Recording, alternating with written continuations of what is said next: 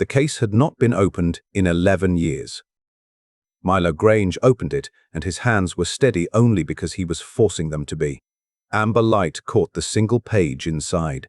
1 page, 2 signatures, 31 words in an orthography that had gone out of use before humanity had a fleet. Behind him, on the secondary screen, a transmission was still arriving. It changed what the page was. Not an artifact, not a footnote. A debt, coming due, arriving in the form of a signal from a star humanity had not thought about in over 2 centuries. Grange had spent 3 decades in the instruments room, tending the treaties and compacts and charters of humanity's expansion. Documents no one alive expected to ever move. At every budget hearing he had said the same unfashionable thing, to the visible exhaustion of the committee: a civilization is not its fleets or its worlds, it is its kept word, written down. He had never once had to prove it. The compact of the 2 lamps had been a footnote even to historians. 211 years earlier, before the fleet, before the wars, the explorer ship Candlewick had suffered a drive casualty in unsurveyed space and begun the long, silent drift toward nowhere. She was found because something had been watching the dark with instruments humanity could not then imagine. The Senn, a quiet species of astronomers around a single amber star who did not travel much but saw through their great gravitational lens arrays essentially everything. Senn tenders brought the Candlewick in, mended her, provisioned her, guided her home along hazards her charts did not contain. At the parting, the 2 crews, sharing perhaps 400 words of common vocabulary, drafted and signed the galaxy's simplest treaty. 1 page, 2 signatures. The operative clause, in the old orthography, 31 words. Between the people of the amber lamp and the people of the yellow, this compact, if ever one lamp gutters, the other shall carry flame to it, across any dark, without price, without expiry. For most of 2 centuries, exactly 1 person at a time had been paid to remember the document existed. The job had never involved anything but temperature and humidity. The signal on Grange's screen was from the amber star. It carried, in 400 familiar words, a single message. Their lamp is guttering. The compact had never been invoked. The Senn wanted nothing. Humanity, expanding in other directions, had drifted out of touch with the quiet astronomers, and the treaty settled into the archive's deep strata. Renewed automatically every 20 years by a clause the original drafters had included with what historians assumed was naive optimism, and which Milo Grange privately considered the most sophisticated line on the page: this compact renews itself in silence, and is ended only by a spoken renunciation before both peoples. Neither people had ever spoken one. The promise, technically, breathed. The news that reached Meridian House on an autumn morning came, as such news does, in a wire service digest. 4 paragraphs, page 11, the Hessari Dominion, expanding along the far marches, had entered Senn's space. The Senn, possessing between them approximately 11 armed vessels, had not resisted meaningfully. Their outer observatories were being dismantled for the lens crystal. Their homeworld's siege was expected to conclude within the year. The galaxy's assessment was the galaxy's usual, regrettable, remote, and not anyone's problem in particular, least of all humanity's, whose own last war had ended 18 months prior and left it exhausted, indebted, and profoundly uninterested in anyone else's. Milo Grange went through the digest twice. Then he went down to the instruments room, opened the climate case with his own keys for the first time in 9 years, verified with his own eyes the absence of any renunciation rider, and wrote, in his precise archivist's hand, the memorandum that would reach the Admiralty by close of business, the Parliament by the week's end, and the history books permanently. It ran 3 sentences. The compact of the 2 lamps, instrument W01X of this archive, remains in force, self-renewed without interruption for 211 years. The amber lamp is guttering, notice appears in the public wires of this morning. Per the operative clause, the flame is now owed, and this office is obligated to inform the government that its oldest signature has come due. The government's first response was the one governments always have ready: lawyers. The Admiralty's Advocate General produced, within the week, an opinion of 40 pages establishing to its own satisfaction that the compact was a pre-fleet curiosity, signed by an exploratory crew without plenipotentiary standing, with an entity never formally recognized. In a century whose international law had been superseded 4 constitutional orders ago, unenforceable, obsolete, and, in any case, impossible, humanity's fleet being war-worn, half in refit, and needed at home. The opinion was leaked, as such opinions are, and would have ended the matter, as such opinions usually do. It did not end the matter, because the Parliament's Treaty Committee, obliged by procedure to take testimony from the custodial office, called, as a formality, the Archivist. Milo Grange testified for 11 minutes, without notes, in the flat voice of a man reading a catalogue, and the recording became, within a day, the most viewed parliamentary proceeding in a generation. He did not argue the law, he conceded cheerfully every technical point in the 40 pages. Then he said the part that the law had no shelf for. Everything the Advocate General says is true, he told the committee, and none of it is relevant, because the question before you is not whether we can be compelled. Nobody compels a species to keep a 200-year-old promise to strangers. The question is what kind of thing we are. This nation holds in its archive a signed page that says, if your lamp gutters, we come, without price, without expiry. The lamp is guttering. The page exists. I dusted its case this morning. You may vote that the page is obsolete, and you may be correct, and then I will return to my vault and file your vote where I file everything. And I promise you, because filing promises is my whole profession, that vote will be the document about us that lasts. Archives do not keep what nations intend, they keep what nations did. Decide what I am to keep. Then he thanked the committee for its time and went back to the archive, and the Parliament of a war-exhausted species sat for a moment in the silence of a room where somebody has just spoken the family's own handwriting aloud. What moved in the weeks after was not, in the end, the law. The law was accommodated later by a one-line enabling act. What moved was older machinery. The testimony went out across the wires with a scan of the compact itself, 1 page, 2 signatures, the 31 words, and the species that had spent 18 months wanting to hear about nothing except reconstruction discovered that it wanted, fiercely, unreasonably, and entirely, to be the kind of thing that shows up.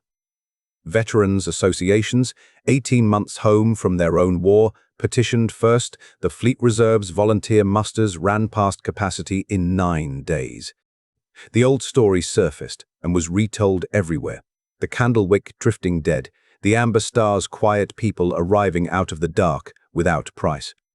Editorialists observed, in 100 variations, that humanity had spent 2 centuries being the species that was rescued in that story and had apparently been waiting, without knowing it, for the chance to be the other one.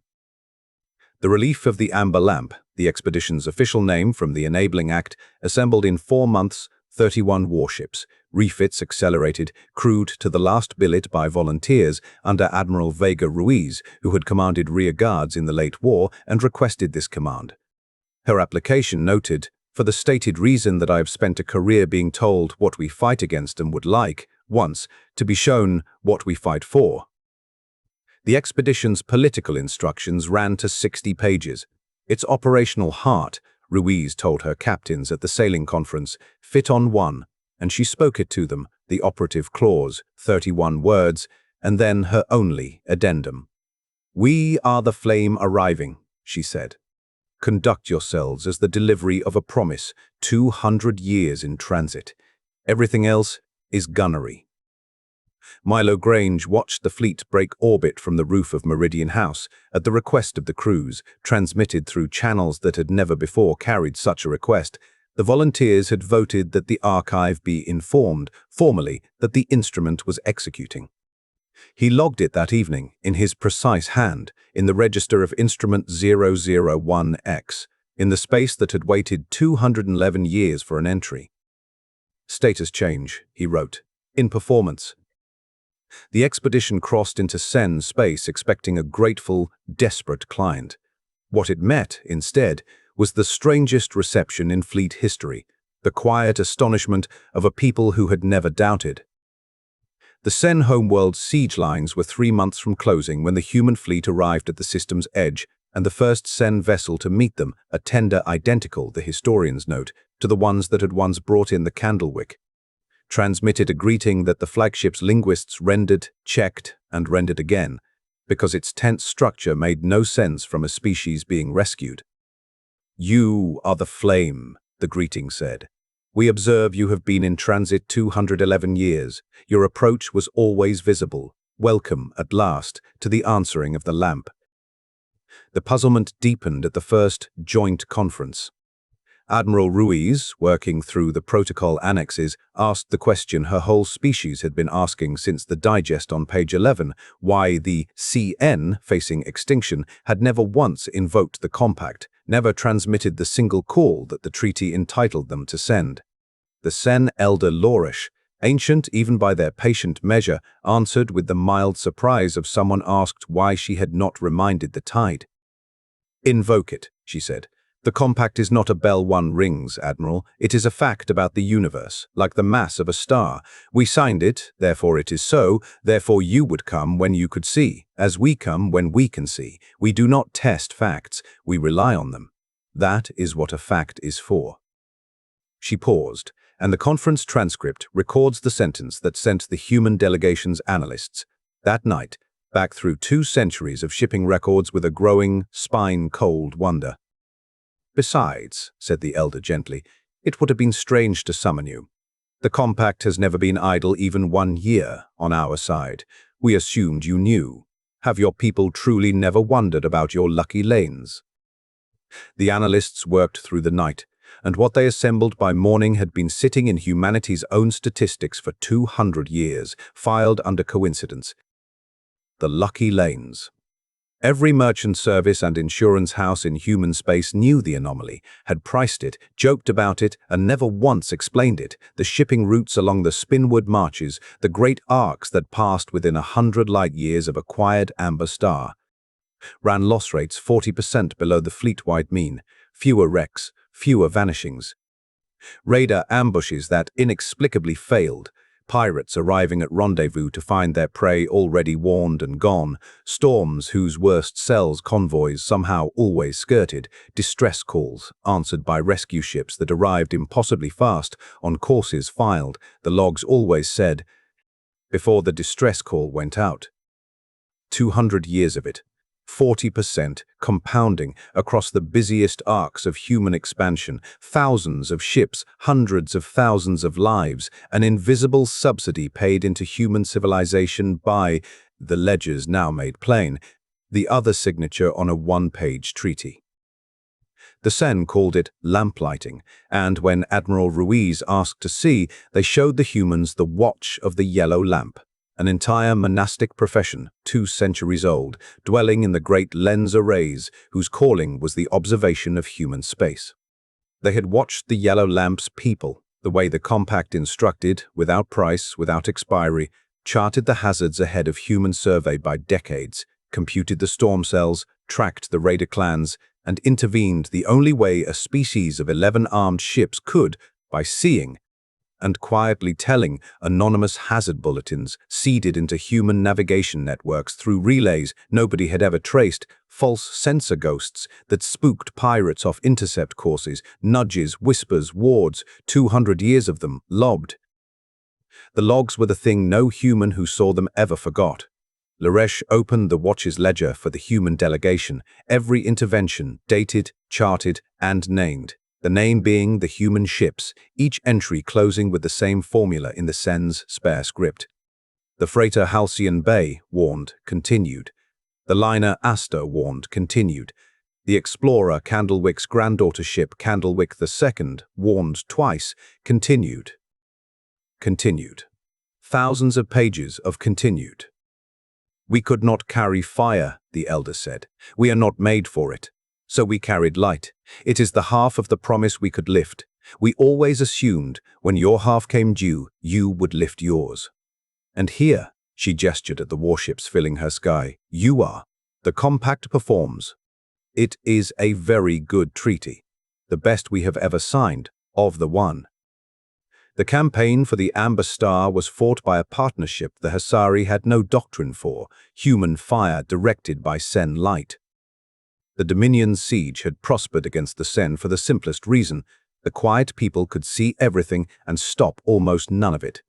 The human expedition inverted the problem overnight.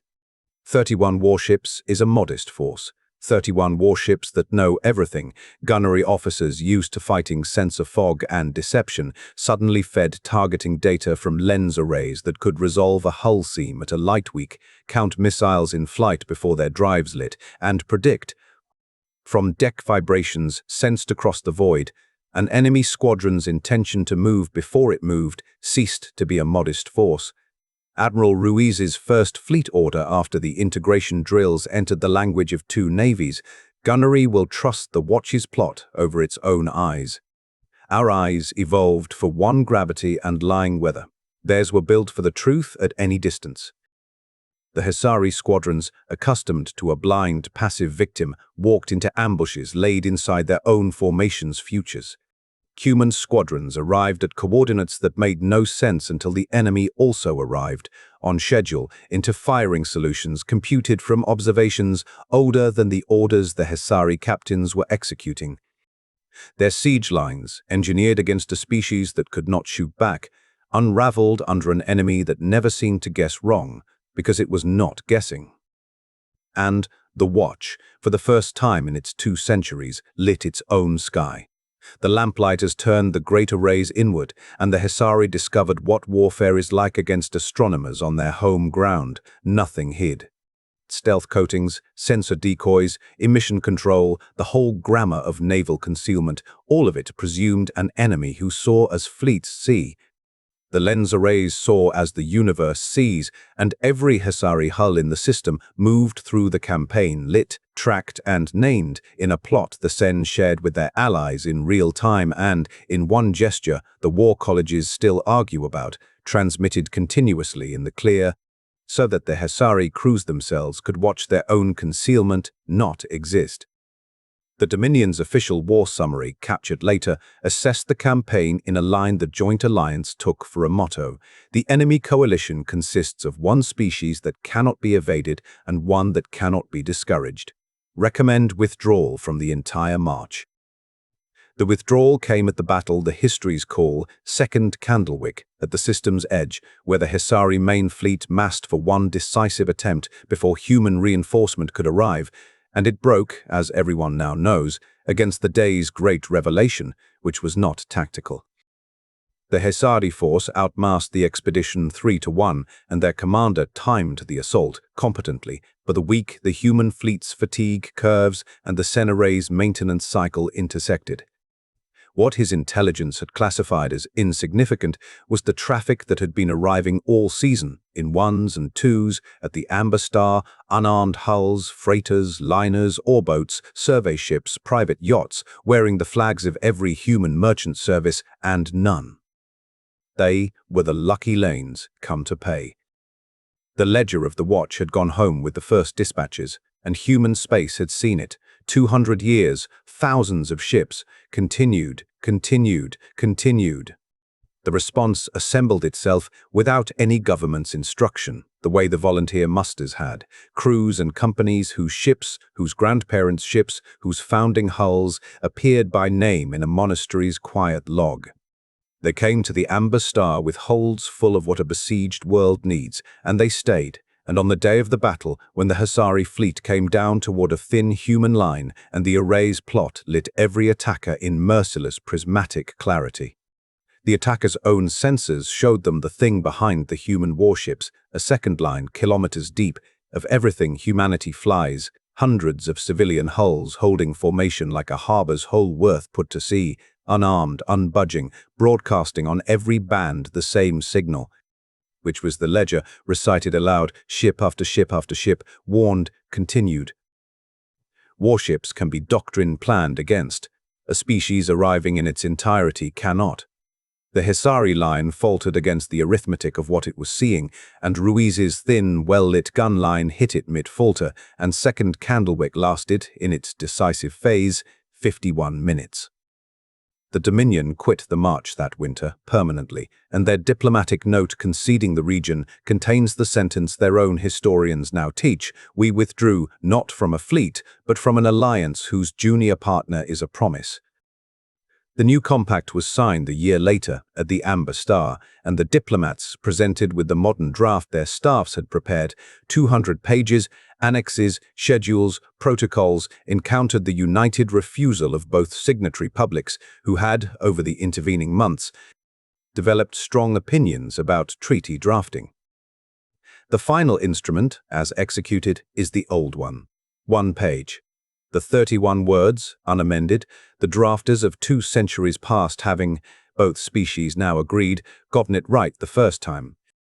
Appended beneath, by way of modernization, exactly 2 additions, the signatures of both governments in full, and a single annotation proposed by the Senn and accepted by acclamation on the human side, formalizing what the war had proven: the compact is observed to be self-executing. No further machinery is required. Machinery is for promises weaker than facts. The originals hang, as the originals always had, in 2 places. The Senn copy hangs in the great hall of the Watch of the Yellow Lamp, whose lamplighters now host, by permanent exchange, human navigators and astronomers learning to see as the universe sees. The human copy went home to Meridian House, to the instruments room, to the small climate case, escorted, on the final leg, by an honor guard the fleet had never before assembled for a piece of paper. 11 veterans of second Candlewick and 11 merchant captains whose ships' names appear in the ledger of the watch. Milo Grange received it at the vault door, verified the seals, and logged the return in the Register of Instrument JUSOOAESA X beneath his own entry of 2 years before. In performance, the earlier line reads. The new line, which visitors to the archive may see for themselves, because the case has been moved, by Act of Parliament, from the deepest ring to the entrance hall, reads, performed. Renewed in silence, per clause, the last. Both lamps burning. Refiled where the species will pass it daily, which is where it should have been all along. 2 lamps burn now, in fact, and in ceremony, and the ceremony is kept twice a year, at both ends of the promise. At the Amber Star, on the anniversary of the Candlewick's rescue, the Watch of the Yellow Lamp turns its greater rays, for one night, away from all hazards and all wars, and images the yellow sun of Earth, and the lamplighters read aloud, in both languages, the year's additions to the ledger. The ships warned, the storms charted, the lives continued, the account of a promise that has never once been idle. Human navigators in exchange residents stand the watch beside them, and the night ends, by 2-century tradition, with the transmission toward Earth of a single line, the operative clause's heart, sent in the clear because it has nothing to hide. The amber lamp is burning. Yours is visible from here. And at Meridian House, on the anniversary of the day the fleet sailed, the answering ceremony, the entrance hall opened through the night, the case lit, and the roll called by a serving archivist of every hull in the ledger of the watch, the 200-year litany of continued, while outside, on the roof where an archivist once watched a fleet keep his filing current, a signal lamp, the old optical kind, salvaged from the Candlewick herself and restored by fleet apprentices, burns until dawn, aimed spinward, at an amber star too far to see it. It is not too far to see it. That is the point of the whole story. The school children are taught, in front of the case term after term, someone with better eyes is always watching, and what they are watching, what they have been watching, without price, without expiry, for 200 years, and counting, is whether the light you promised is lit. Both lamps are lit. The register says so, in a precise archivist's hand, and archives keep what nations did. If this story stayed with you, subscribe. A new one leaves Earth every day.